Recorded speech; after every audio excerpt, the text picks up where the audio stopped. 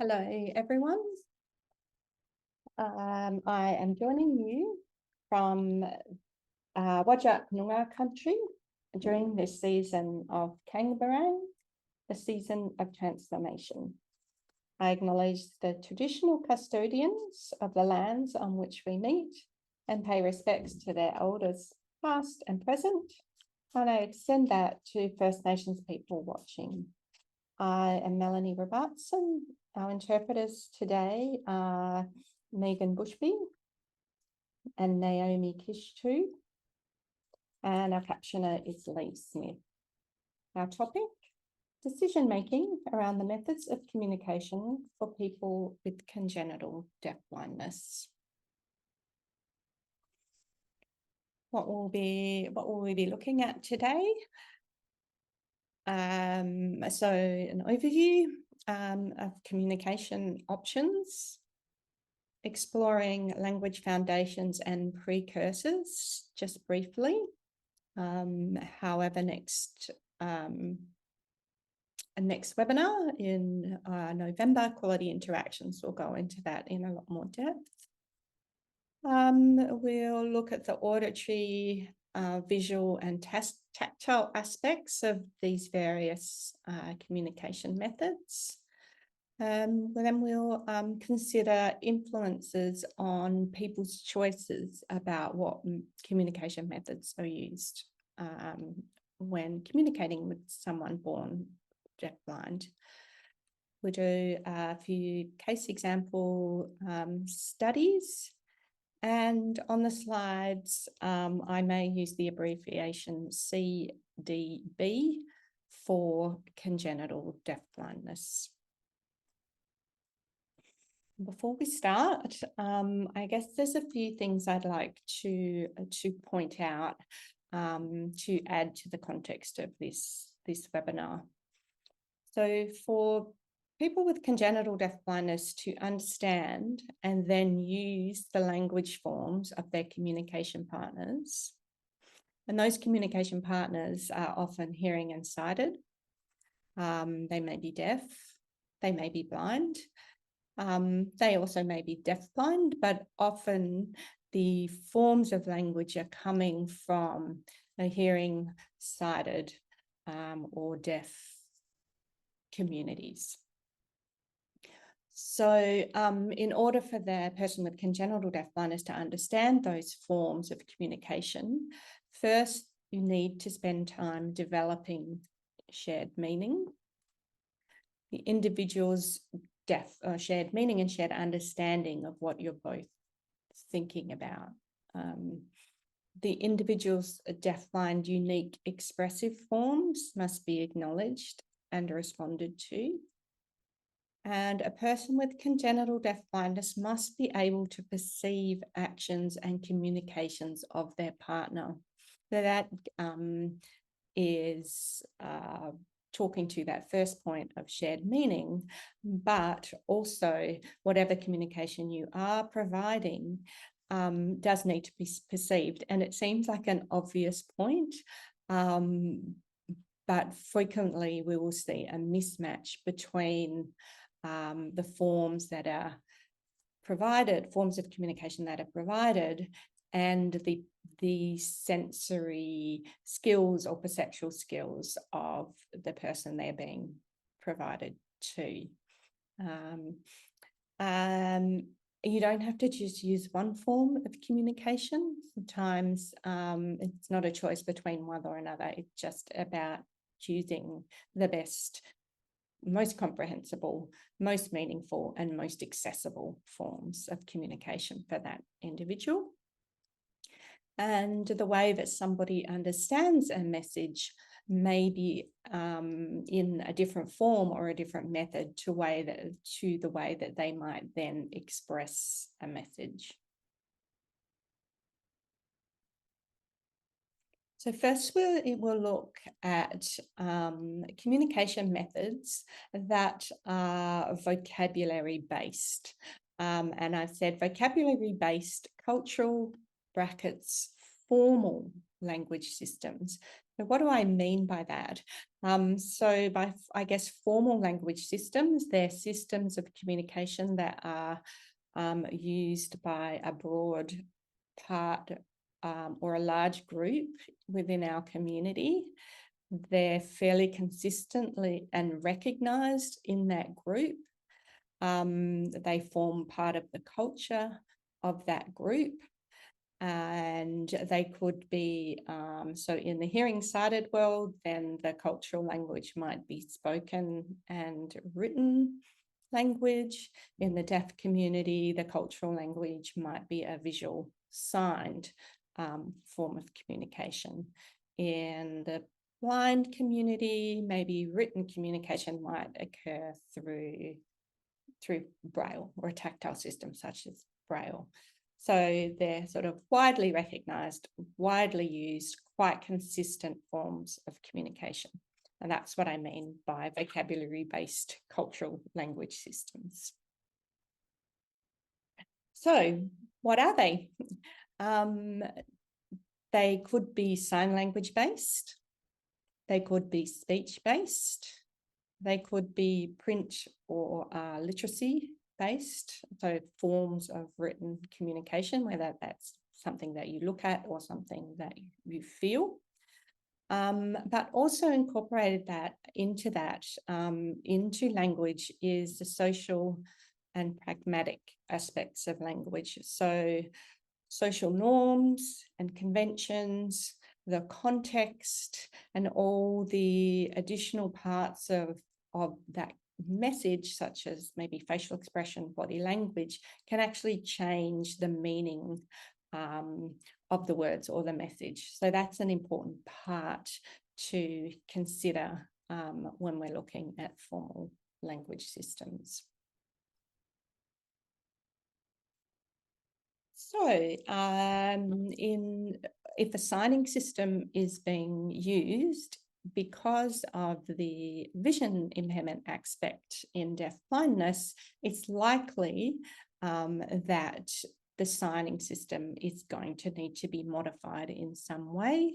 If they're using vision to access the signing, then they're probably going to be using residual vision, which then, or they might be, if they don't have enough residual vision, they might be accessing the sign in tactile forms. And if that signing system is too complex or complicated, sometimes that system might be modified or simplified as well. And we'll go ahead and look at some examples here. This is a whole list of sign-based communication methods that might be used for someone with congenital deaf blindness. So we have signing systems that use Auslan. So this is in the Australian context. In Australia, they might be used using Auslan. The access might be visual, but lighting might need to be modified. The distance at which the sign is, the signing appears from the person might need to be changed according to their optimal viewing distance. The background on which the signs are performed is likely need to be plain and of a high contrasting colour. Alternatively, the signs can, visual frame signing relies on the signs being performed in a smaller space. So not the typical signing space, but a smaller space dependent on the visual fields and of the person looking at the signs. There could be a combination of visual and tactile in methods such as tracking, where the person with deaf blindness might need some information about where the signs are. So they might have quite a limited visual field and just need some guidance, some tactile guidance about where to direct their vision so that they can then see the sign. So should the sign disappear outside their visual field, they need a tactile clue about, if I look in this direction, I'll see the sign. And that's by what they do by placing their hands often around the wrists or on the wrists of the person signing so that they get that tactile clue about where to look. And then we have fully tactile methods, and I've written there hand under hand / hand over hand because there isn't a particularly consistent terminology here. But what is consistent is that the person receiving the message, their hands go underneath the person that is signing. Okay, so the person sending the message, hands on top, the person receiving the message, hands underneath. We've got the deafblind manual alphabet, which is a deafblind adaptation to the signed alphabet, and that occurs through touching specific points on the hand of the person with deafblindness. And we have a few forms of modified signing systems in terms of their language structure and complexity. So signed English is using signs, but in an English grammatical context. So every sign and every word is spelled, and that you aren't using your signing grammar to express the message. You're using an English-based system for the grammar, a spoken English system. So that system, if it is still used, might be used in terms of relaying meaning about written English, or it might just be maybe used outside the deaf culture, so not used within a deaf cultural situation, but something maybe a hearing sighted situation. But with the deaf-blind person. Keyword sign, some of you might know as Makaton. So that was the term used a number of years ago for this system.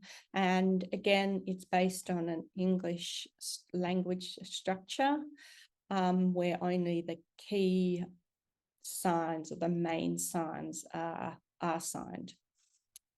So there's this simplification of language for communication. Then we have some more tactile signs there in coactive and signs used on the body or on body signs. Coactive signing is where the hands of the person with deafblindness are actually manipulated and shaped into a particular sign. And that's quite a controlling form of communication, should only be used, or should be used with great care because of its controlling nature. And signs used on the body, or otherwise known as on-body signs, is where the communication partner just forms that sign onto the body of the person with deafblindness. So what is received by the person with deafblindness is a series of touches on their bodies in different locations and different feelings from that touch. And then the forms of communication that incorporate the social and pragmatic aspects of language would be social haptics and protactile. We're not going to go into them in depth. It's kind of out of the scope of this webinar. So briefly, social haptics is a system that's kind of originally emerged from the communication between a deafblind person and their there's definitely sighted partner. So there's always that sort of a sighted bias too. So it's the person with sight that is translating the social aspects of the communication that the deafblind person might not be able to hear or see. And so it might be communicating things like the facial expression, environmental information about who's coming and going, people's reactions. It could be or just basic environmental information about surroundings. So that's some potential uses of social haptics, and they are movements, I guess, made onto the body of the person with deaf blindness so that they feel that message on their body while they are using whatever other communication method that of their choice. And protactile is probably the only method here that's actually emerged from within a sector of the deafblind community. Every other system has actually been modified, a modified system from another cultural area or group of society, either with hearing, with vision, that are deaf or that are hearing and sighted, but nothing actually from within deafblind community. So protactile kind of combines a sign language with a lot of other tactile information and references. So it's a very physical, interactive form of communication that can happen between a person with deaf blindness and another person, but also within groups of people who are deafblind themselves communicating to each other.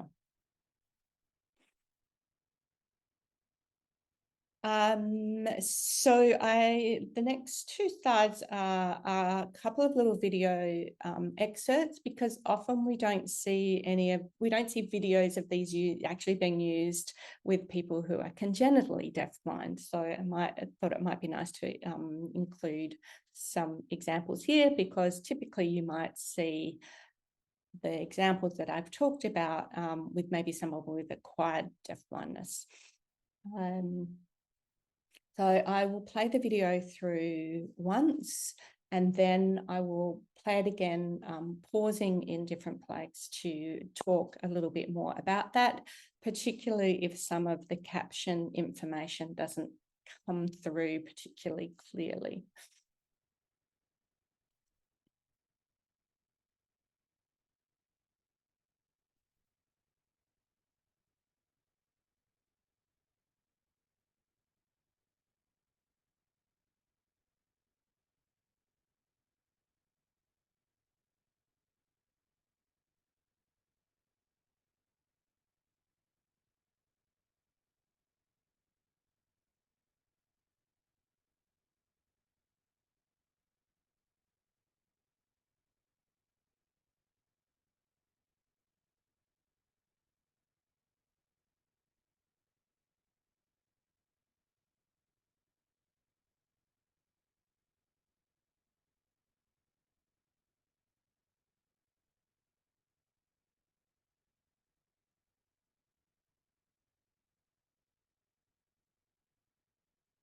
Okay.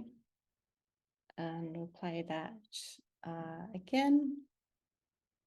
So here we've got somebody using a combination of the vision that they do have, and just because somebody uses their residual vision doesn't mean they still have full visual access. So you can see the struggle, even through using their residual vision, the struggle to access the information visually. And they also place their hand on the wrist of their communication partner so that they can actually feel where in space the sign is being performed, and they can direct their gaze or the best part of their vision towards that area in space to get best visual access of the sign. I'll play that again, and then I'll also read out the captions and descriptions, because I see they didn't come through particularly well.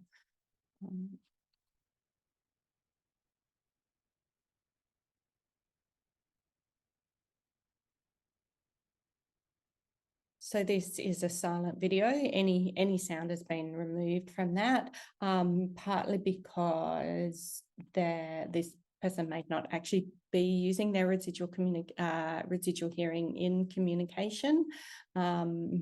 and but also where we are wanting to focus on the visual and tactile aspects in this particular communicative interaction. So there you see the sign or the communication, the language is being offered in a hand under hand way, and we've got the communication partner signing hello. And then the person with deaf blindness actually then chooses to use their residual vision to access the sign. So their attention is gained, and they are kind of reducing the tactile aspect and then focusing on the visual aspect of the signs, and also choosing the best distance for them to view that sign. So the deafblind person is doing that themselves in this video.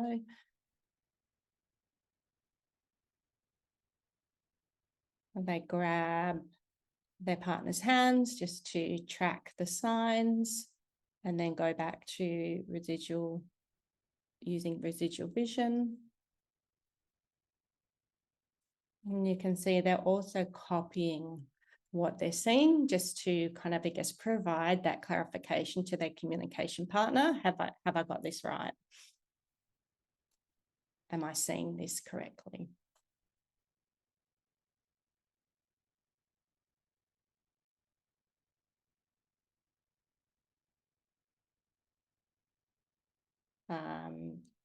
Then the communication partner goes on to ask, what's your name? And this is accessed via tracking.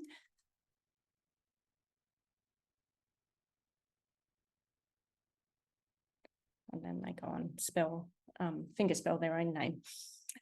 The next video is an example of hand under hand signing with someone with congenital deaf blindness. And this might differ maybe for someone with acquired deaf blindness who has used signing as has learned signing visually and maybe lost their vision. There's a little bit of difference here. So you'll see, I guess, a bit more, the language is simplified and slower.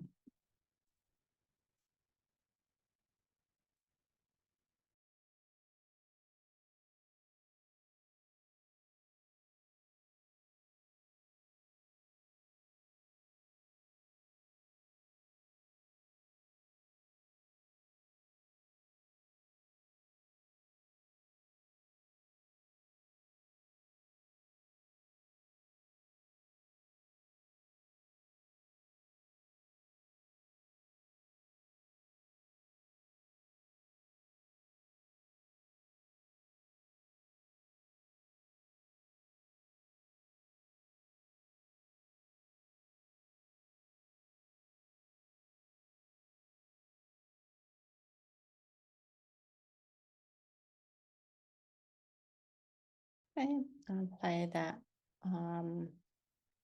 one more time.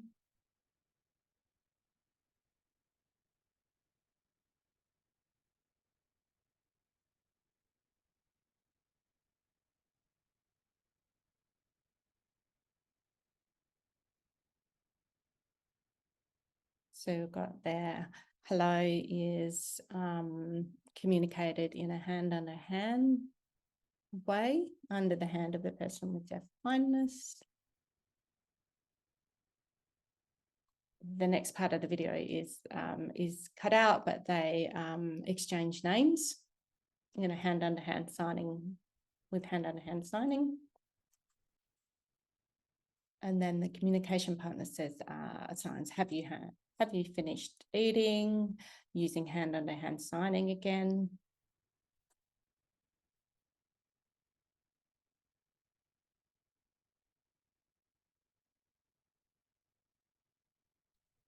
The person with deaf blindness signs back, yes.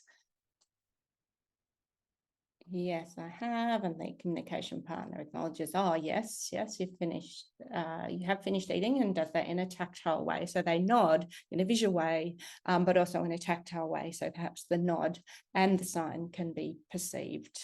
The nod through the movement of the body, and the yes in under the hand for the actual, the formal sign there. And then the communication partner signs, will you come and sit?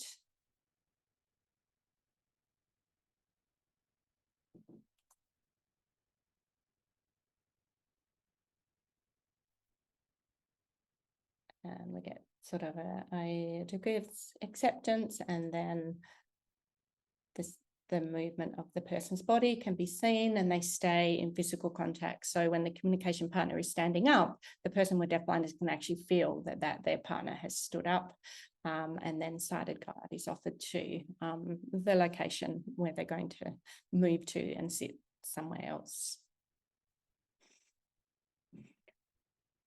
So, some of these other formal systems of communication, so moving away from sign systems, speech is a system that deafblind communication can be based on, but for that to happen, you would usually assume a degree of functional hearing that is adequate to access speech frequencies.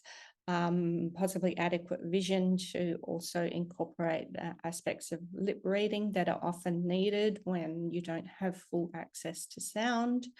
And there are also tactile ways of accessing speech, which is what is represented in the photograph on the slide here. Somebody using the Chudoma method to access speech, which is a form, what I would call that tactile lip reading.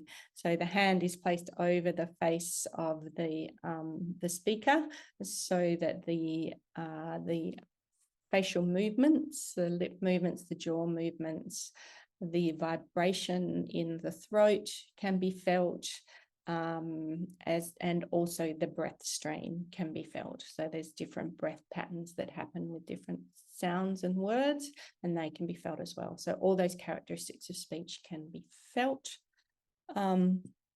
If somebody is also using vision to access speech through lip reading, then they're going to need appropriate lighting, and if they're using residual hearing and aided hearing, the appropriate and adequate acoustics are also going to be appreciated. The other forms of formal communication that might appear in the deafblind repertoire are alphabet-based or kind of literacy forms of communication that involve spelling words, and that could be in a tactile mode, like the deafblind alphabet that we talked about earlier, but also Braille, which come from the vision impairment kind of community. So a series of raised dots in the photograph. These raised dots are on paper, but these are also on electronic devices now, that the refreshable Braille displays, where the dots appear on the device and then disappear, and a new line of Braille text appears in its place as the person reads through the message.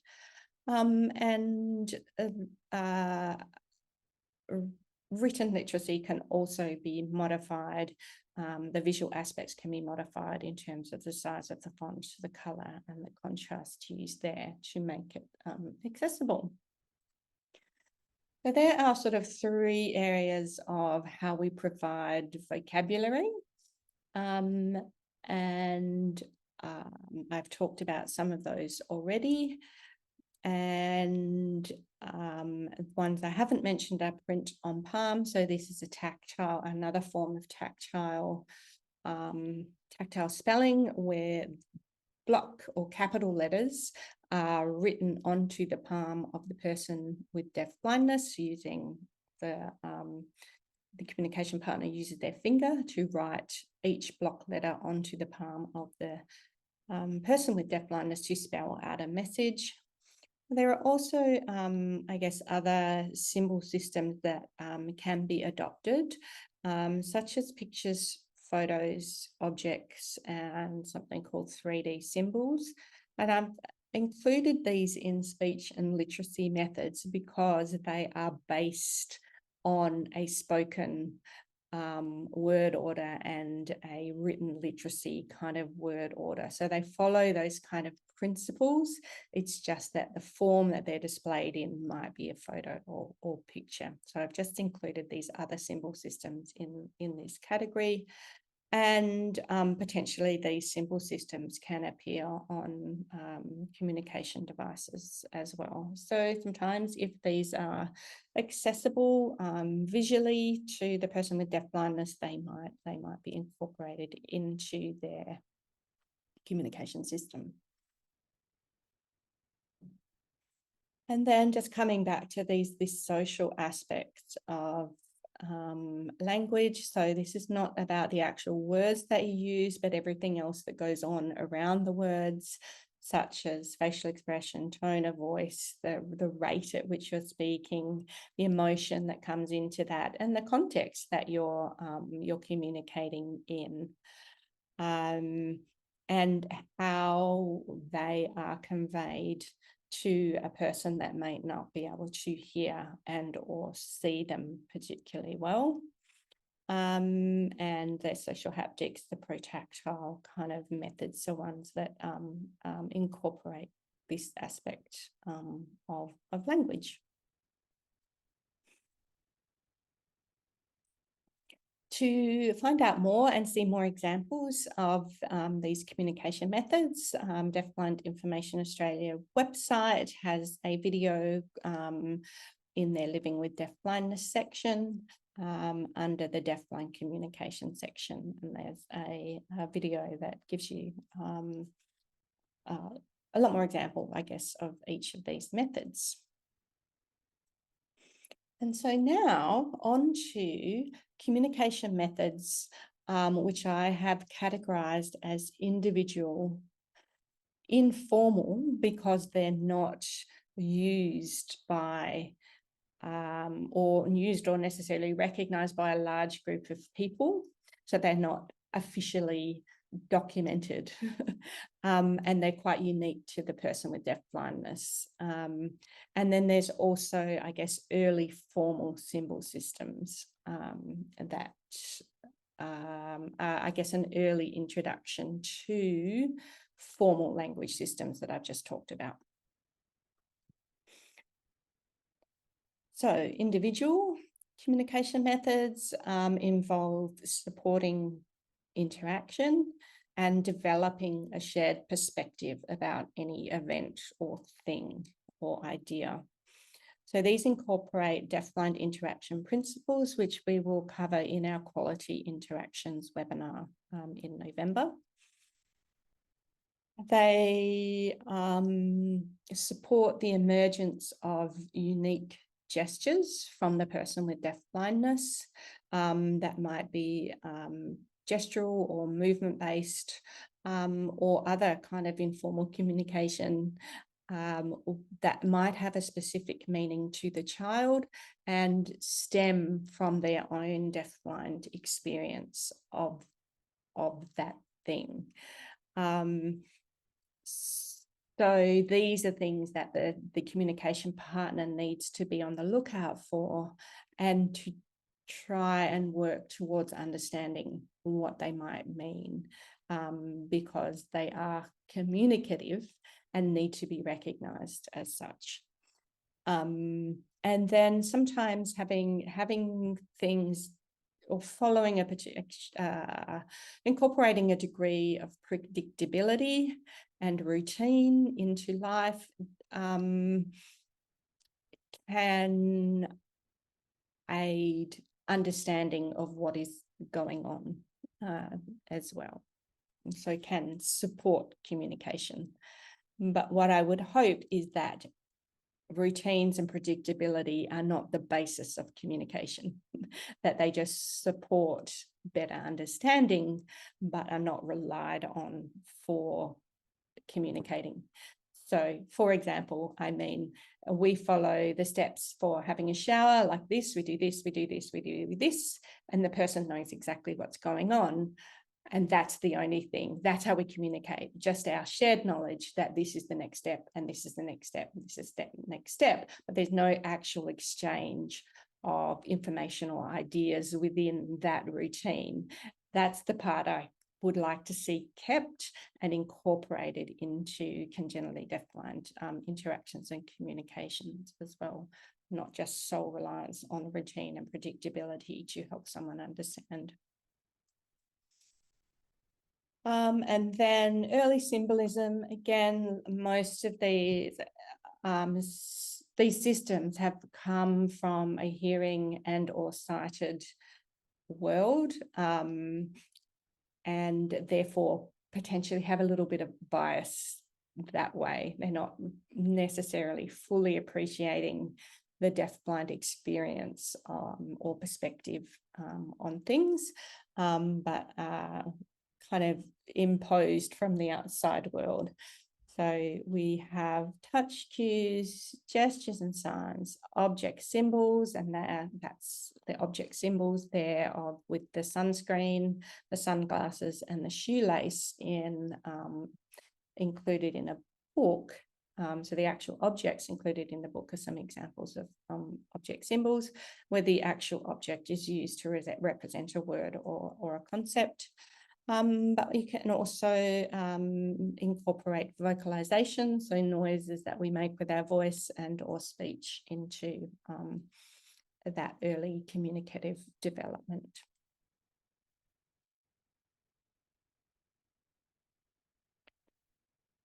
So what might this individual communication look like? It could be facial expression. So these are either from the person with deafblind themselves or being used by the communication partner to send or add to a message. So it could work both ways, and these can be kind of used by both parties here. I've got facial expression, I've got vocalization happening, body movements and body language is also providing communication and meaning. We have BETS, bodily emotional traces, and I'm going to pause on that in the coming slide. We've got gestures that are being used. So I guess as part of a signing system, we include gesture, but gesture can also be used, I guess, pre-signing. We've got touch cues, which I'll pause on as well. Coactive signing, I've talked about. On-body signing, I've talked about. And the others we've mentioned as well. So what is a touch cue? So it is a direct touch to the body of the person with deafblindness, or it could be a vibratory experience, so not through direct touch, but something that creates a vibration or movement of air that is felt on the body. So something that is felt some way on or in the body that's made by the communication partner. And it's often ends up being a tapping or a stroking motion on a related part of the body, but it doesn't have to be that. And it's used to let the person who is congenitally deafblind know something is about to happen or give them a little bit more information about what is happening. The type and location of the touch will give a clue to the person with deafblindness, but a touch cue is not particularly specific. And it also facilitates, I guess, a guide in shifting that person's attention so that they are ready for the change that is about to happen. Touch cues are created and individualized. So they're chosen for the specific person that they're being used with. Their movements and the touch is fairly simple, and the touch cue is not really based on any conventional signing system. So that's kind of what the difference between maybe an on-body sign and a touch cue is. in our next slide, there's just a few examples of touch cues. So again, I'll play the video through and then I'll talk to it.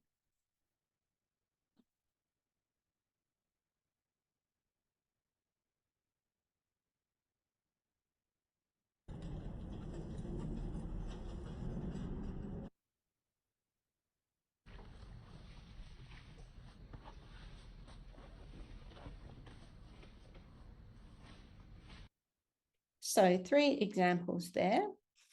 The first one is actually the object of the wheelchair that is providing the touch cue. And the wheelchair is pushed up to the person with deaf blindness so that it makes physical contacts with their shins. So that particular touch on their shins is a cue. Here's your wheelchair. It's time to stand up and get in it.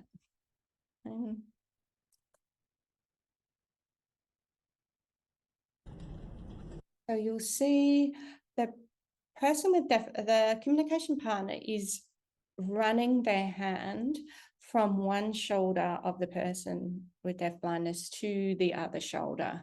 And this is communicating, this touch cue is communicating, I was standing over here, but now I'm going to be standing over here. So that touch cue across the back indicates a change of position of their communication partner.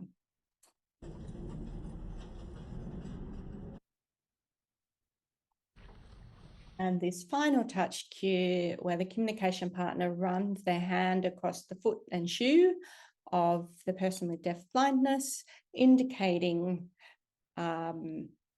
shoes on, shoes off potentially in this way, because the touch direction of the touch is coming away from the person with deaf blindness, and potentially shoes on could be on the bare foot, running up the foot.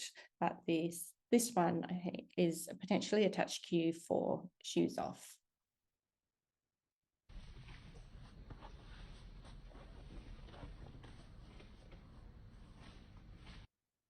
Okay. And then they would follow that then with taking their shoes off once the person with deaf blindness has kind of noticed, recognized and acknowledged that touch cue. The bodily emotional trace, which is abbreviated to BET, stem from the premise that a person with deaf blindness remembers an experience, particularly when that experience has an emotional impact on them. They remember that experience by the sensations that they felt in and on their body during that experience, or the movement of their body during that experience. So that's how their memories or traces are left in their body.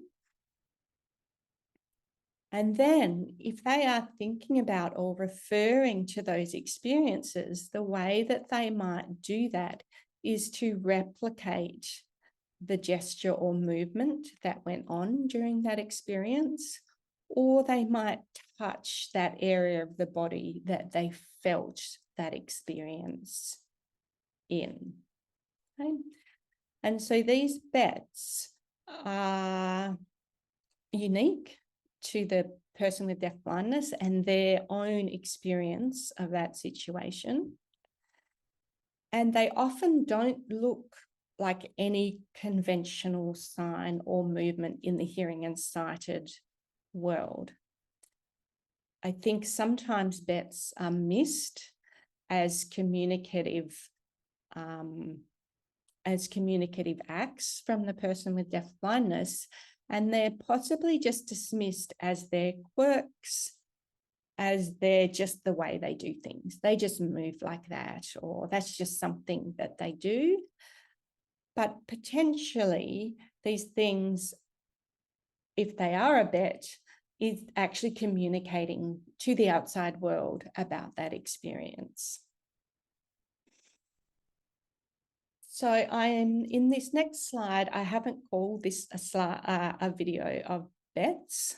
I've called it unique gesture examples, because in order to conclude that something is a bodily emotional trace, needs to be a team around the person discussion, and there needs to be agreement about that. And we also need to have information about maybe when these gestures sort of first emerged.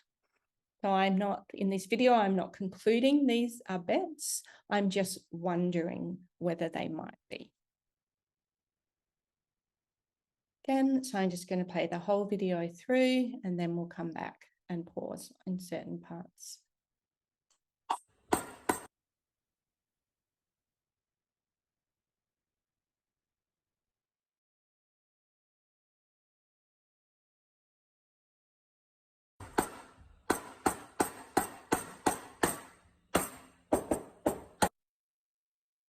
More.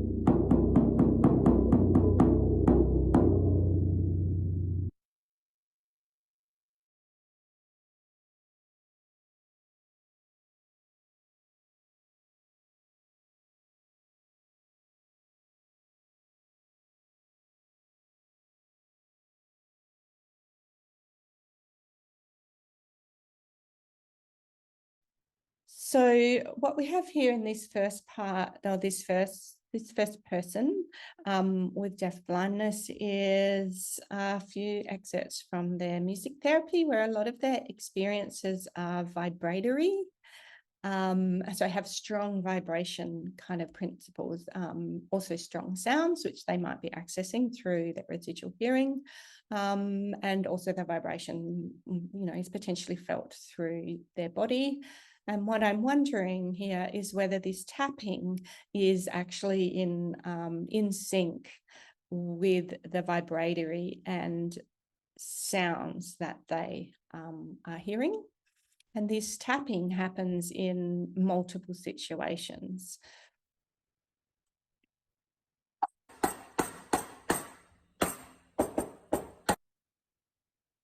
More.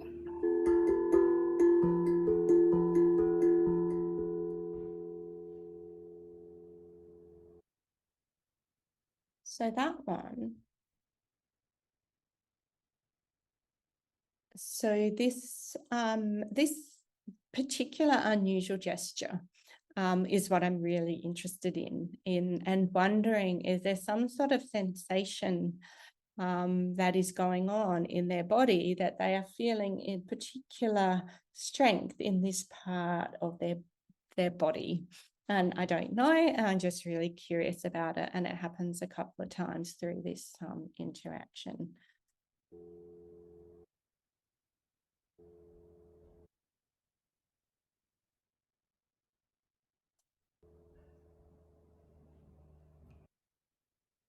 And there we have the mouth tapping again.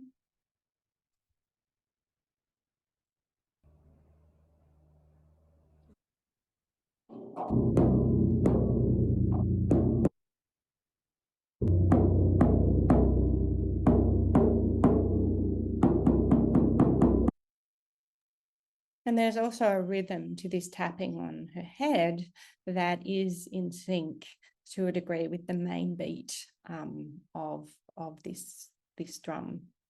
And again, quite curious about that. So is this a way of talking or expressing her experience of these things? And if she were to, at another time, want to refer back to this experience, would she use these gestures to do so?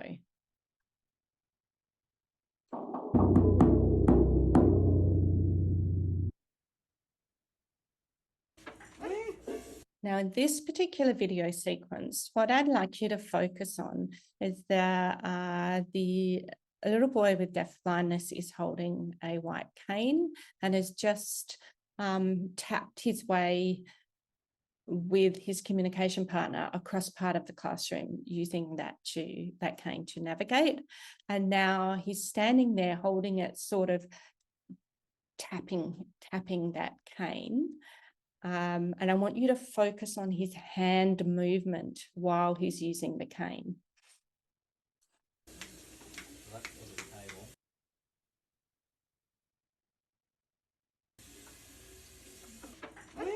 Then I provide a close-up of that hand movement.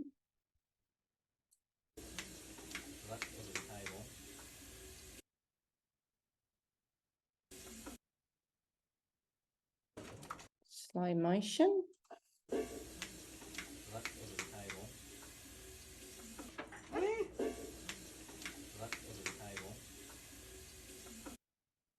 And then when he's handed the cane back, I want you to look at the little video sequence of what his hand he's still doing after he has handed the cane back.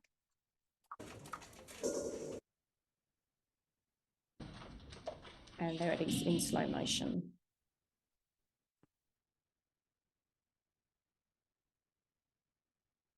Okay.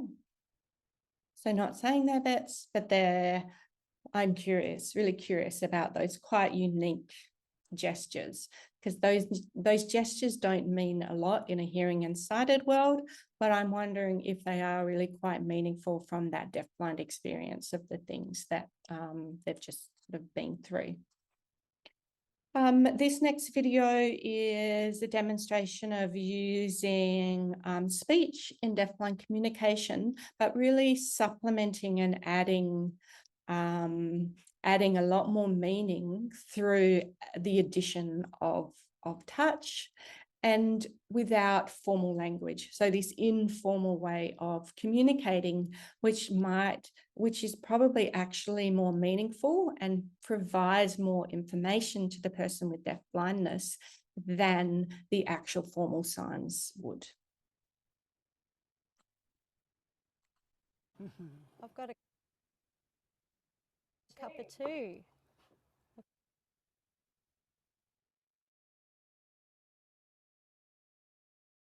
Got a cup of tea. The tea bag. Yeah, tea bag.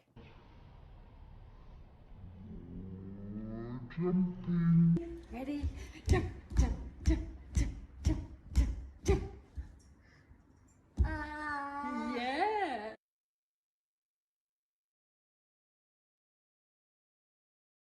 So in the first example, they're talking, the communication partner is wanting to let the person with deafblindness know that they are also drinking tea, the same as them.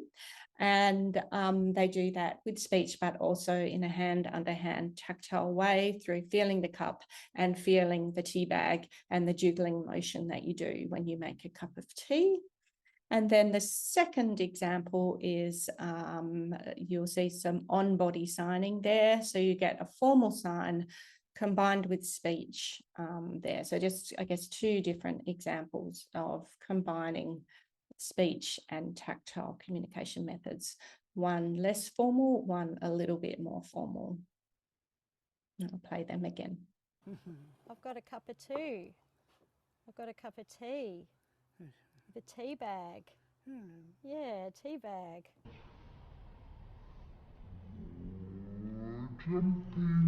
Ready? Jump, jump, jump, jump, jump, jump, jump. Yeah.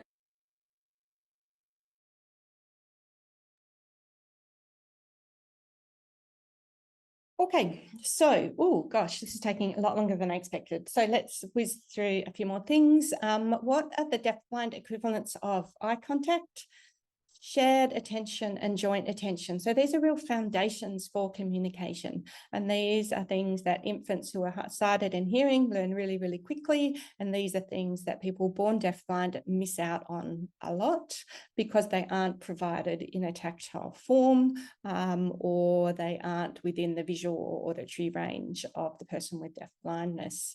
How do we notice if you're deafblind? How do you notice each other? and the other person's experience and reactions to things and events if you can't see or hear them? And how do you take turns if how do you know when your partner's finished, and how do you know when you can begin? So how do we build these foundations? And again, we'll look at them in Quality Interactions webinar, but I just wanted to give you a little bit of a taster today. So the distance and closeness to the person is important, and often that is a closeness that we're not used to seeing in the hearing and sighted world. This is a lot of body-to-body contact or physical contact that is made. There is a lot of pausing and observing going on, and their communication partner is imitating and reflecting back what they notice, and they reflect it back to the working senses of the person with deafblindness. Okay, and so if that person is not doesn't have enough residual vision, they don't reflect back those actions or those observations through vision. They might use another sense, and often that is the tactile sense. Anything they offer is done in a hand-under-hand way that is responsive and not controlling the interaction. It is responding to the interaction, but not controlling or directing it so much. That there is a build of interaction and sequences of events, and the number of turns taken over time kind of increase around the interaction. And the communication partner, once they've established this kind of interaction and flow, then might add a little bit of variation just to shake things up or add another element of information.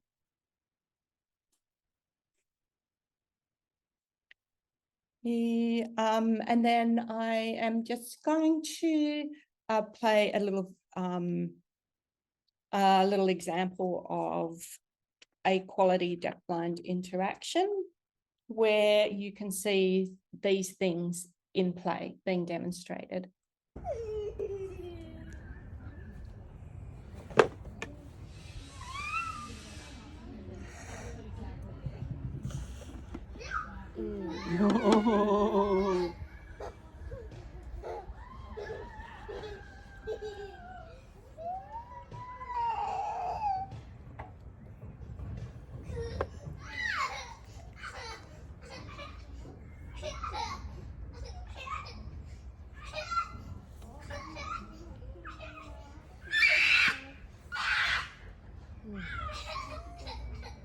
The communication partner there is observing and pausing and waiting. And what they observe is this action of the person with deafblindness where they put their finger in their ear or their hand in the ear and they kind of jiggle and shake or scratch.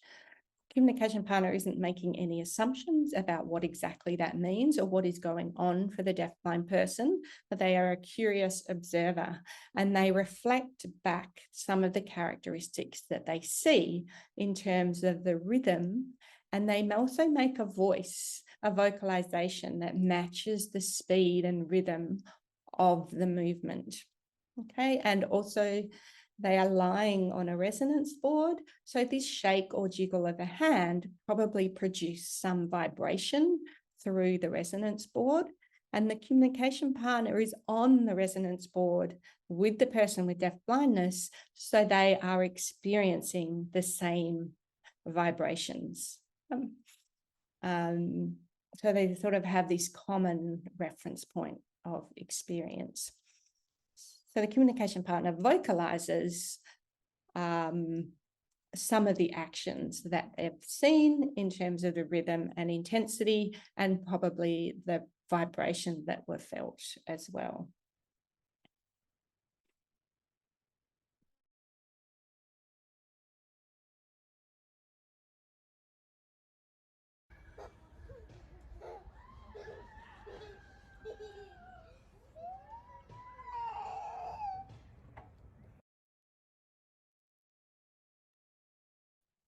So then the communication partner says, oh, and they reflect back the actual action, and they do that in a hand under hand way. So they offer their hand under the hand of the person with deafblindness and move up to their ear and repeat that action that they have just observed. And the kind of conversation that might go on there is kind of like, oh, your ear, what's going on there? What's this thing that's happening with your ear?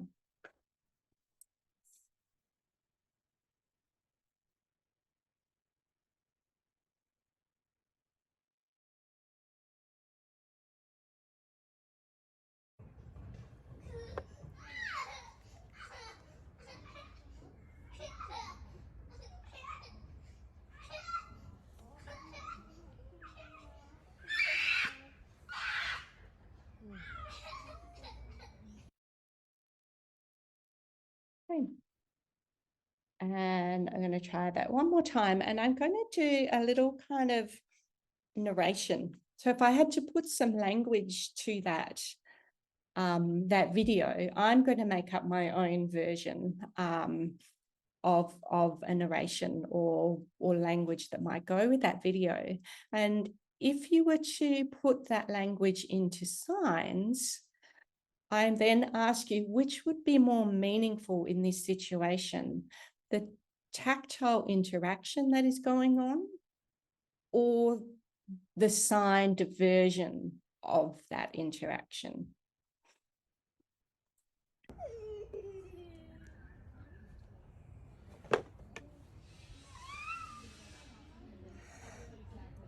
So we've got this sensation in my ear. This is the kind of message that's coming from the person with deaf blindness.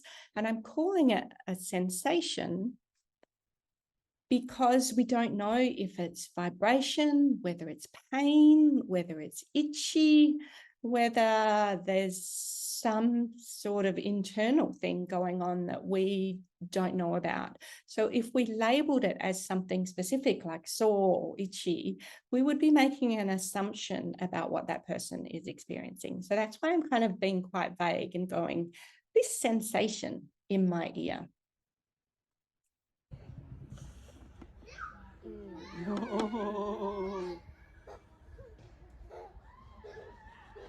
So the teacher, with her vocalization and possibly vibration and movement through the body and resonance board, oh, what's that thing going on with you? And then with touch, oh, you're poking your finger in your ear like this, and they replicate the duration and the rhythm. What's that all about? And the student replies, well, it's my ear, this sensation in my ear.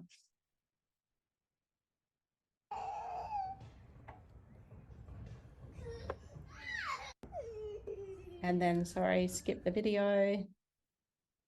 The teacher replies, oh, okay, a sensation in your ear.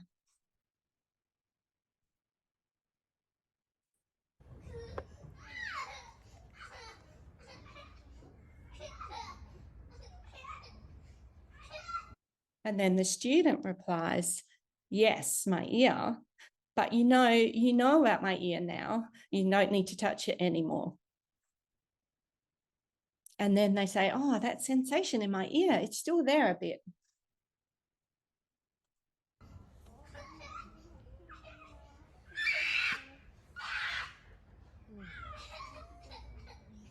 And the teacher replies, that sensation in your ear is still there a bit.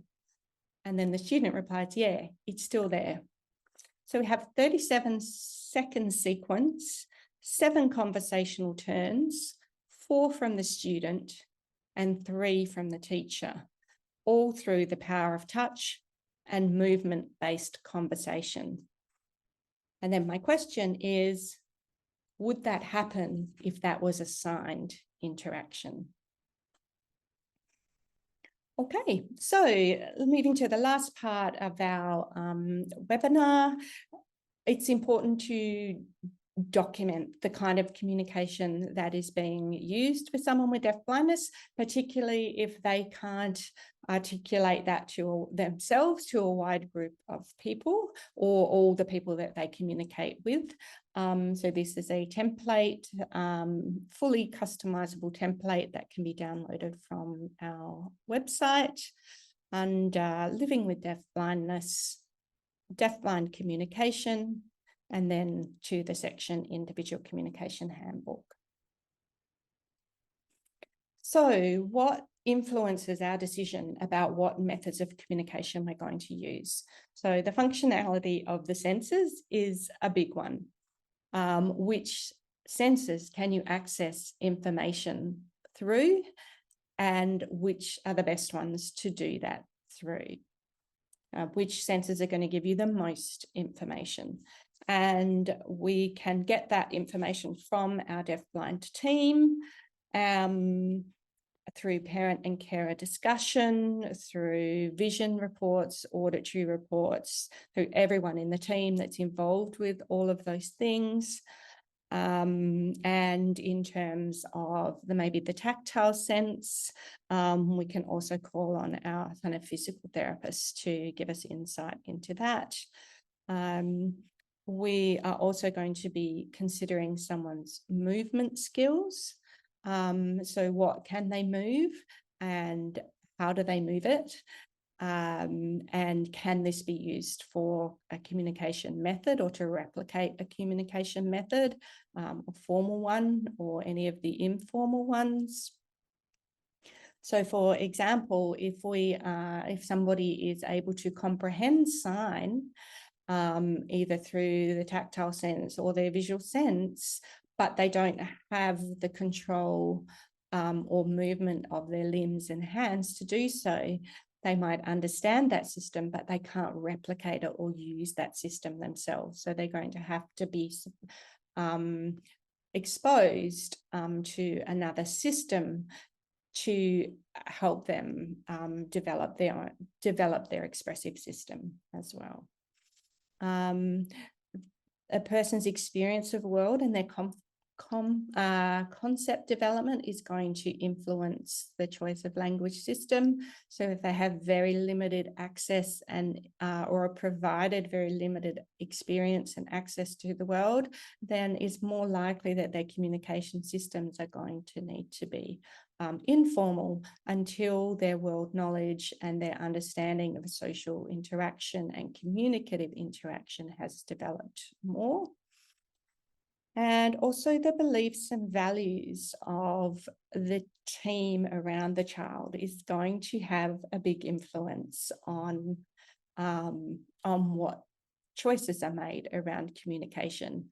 And you would actually think that the first three would have most influence, but often it's the last one that has the most influence. So let's look at each of those a little bit more detail. So the strongest, which is the strongest sense or sense? Is there a preferred sense? So in that video where the tactile means was being offered in hand under hand signing, but the person with deaf blindness actually chose to access that visually. So that's the person with deaf blindness making the choice or preference, but sometimes the communication partner makes the preference and makes the choice. So we have to be aware of whose choice is it, and whose choice, whose bias there. Are the strongest senses now and in the future going to be the same? So if there's a decline in one or some of the senses expected and your communication method is targeted at the strongest sense now, but not looking forward to the future, then do you introduce that do you future-proof now, or do you future-proof when you need it? Do you learn the system now for when you need it, or do you try and learn that one system and then another one later on? And again, these are not definitive choices or outcomes. These are things that need to be decided. So even if someone has residual hearing and vision and they want to use that, would they get more information through touch? And should we have this discussion? Okay. Movement, not only maybe for signing or physical kind of movement-based communication, but are there the oral structures and the motor skills required for speech production?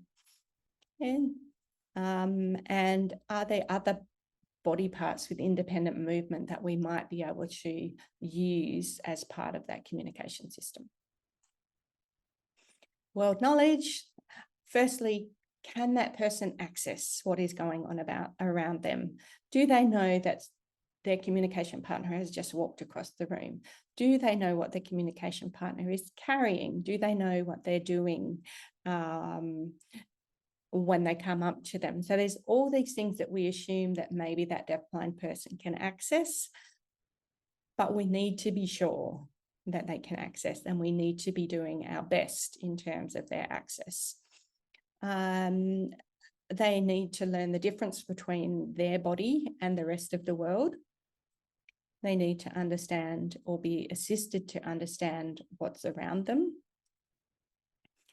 They need to learn about other people and about how we interact together.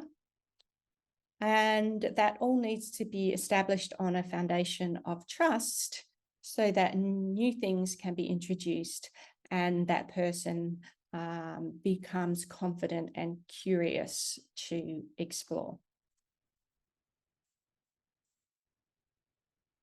And then the beliefs and values is the influence or a communication method or decision about a communication method may change because of the beliefs about that communication system or forms of deafblind communication system. So there might be a cultural belief that values one thing over another, so that rules out potentially using a set or accessing a particular form or type of deafblind communication because that the people around that person don't value that way of communicating or don't believe that is suitable for their child. And also, sometimes it comes down to acceptance of deafblindness. So there's a vision impairment, there's a hearing impairment. We know this much about, we know this and this about them, but my child still seems to use their vision and still seems to use their hearing. So I want their communication system tailored to those two senses, not necessarily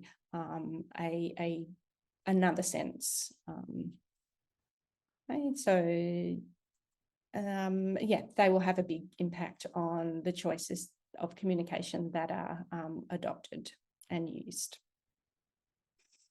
So let's do a few little case examples. I'm just going to give you, so there's no way you can unpack a case example because there's so many layers and things that go on. So I'm just going to give you a smattering of examples so that you can see that they're kind of all different. Okay, so we've got Ava, who's deafblind at birth. Expressively, she is using an individual communication system that is being documented. So little gestures and movements and vocalizations and facial expressions that she uses are documented and they mean certain things. And then the communication partners are also using touch cues, object symbols, and on-body signs with her to build or maybe assist comprehension. She has a moderate sensory neural hearing loss and wears hearing aids. There are characteristics of CVI or cortical vision impairment that have been noted, but this has not been medically diagnosed. She has movement of her arms and legs, but is fully dependent on mobility, as in moving from place to place. She's dependent, but in one spot she does move her arms and legs. And she has unusual tongue and teeth, Her swallow is affected, so she is nil by mouth. She is tube fed. So there's one presentation, and then the systems of communication that were chosen for her or adopted for her. Then we've got Bobby, who was also deafblind at birth. Again, we have this individual communication at play, sort of ways of moving, vocalizing, facial expression there. And then communication partners use visual sign. They also use speech, and they use picture symbols as well. So Bobby has a moderate to profound hearing loss, but irregularly uses hearing aids. So we'll use them for a bit and then take them out. Sometimes not for days. I won't use them for days, and also hides them. Bobby has collobomas and an upper visual field loss. So little bits of Bobby's retinas are missing, and an upper visual field loss is also noted. He's been through multiple surgeries in life. So again, we're thinking about world experience, world knowledge, impacted by these. His semi-independent mobility by age of 3, very functional fine motor skills, and also behaviours of concern. So for Bobby, I did wonder about the match. So a lot of his communication partners were very reliant on visual and auditory modes of communication, despite having quite low access to sound, particularly when not using hearing aids, and potentially quite affected visual as well. So my question here is there a need, or should there be room here for tactile communication system as well, or at least really a lot of attention to optimizing vision? I've got Cade, who wasn't born deafblind, who was born hearing and sighted, but became deafblind at age 6 months after an infection. So individual communication very much at play. He is offered hand under hand signing and object symbols by communication partners as well. He had a profound bilateral hearing loss with cochlear implantation, but didn't wear his processors. Cortical vision impairment was medically diagnosed at age 9, although because of the infection would have been present from 6 months of age. So we do wonder, like, without the vision aspect being recognised, there was a period a long period in his early development where a lot of his communication was provided visually, with the recognition growing that he didn't have full visual access. Hence that change to hand under hand signing and object symbols using functional vision, but also touch. He was independent mobility-wise by the age of 2, had very functional fine motor skills, so could use his hands in the typical way, but also use his hands in quite unusual ways as well, with quite unusual movements there.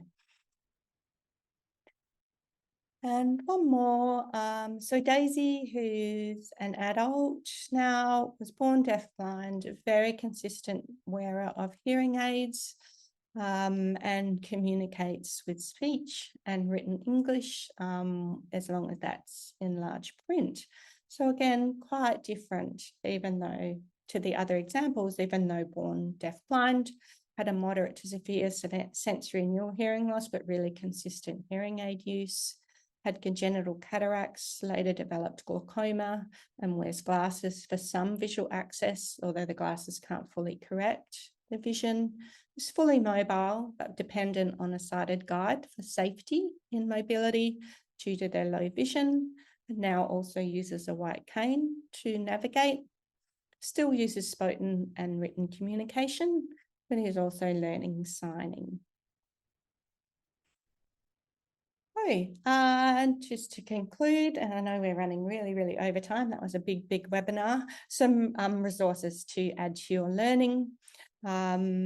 This resource, Communication and Congenital Deafblindness, is a fabulous one if you can get hold of it.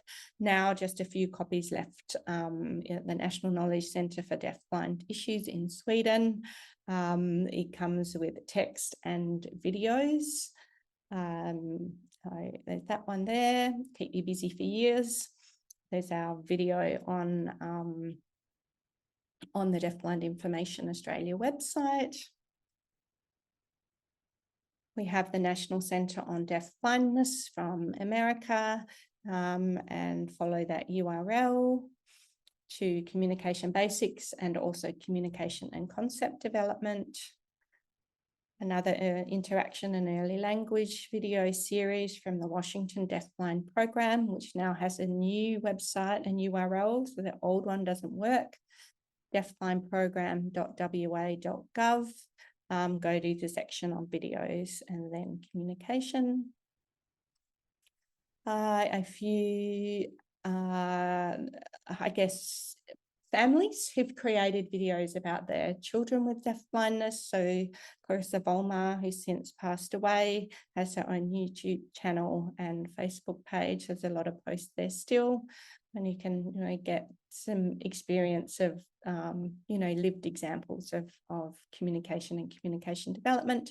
And then Max, who's someone with Charge syndrome, and his mum's made some videos about him and his communication as well. So that brings us into the webinar, and I think we have a little bit of time for questions. And I am sorry that has been such a big, long webinar. It is such a complicated topic, and it's really hard to capture it in a webinar. I think, you need multiple PhDs.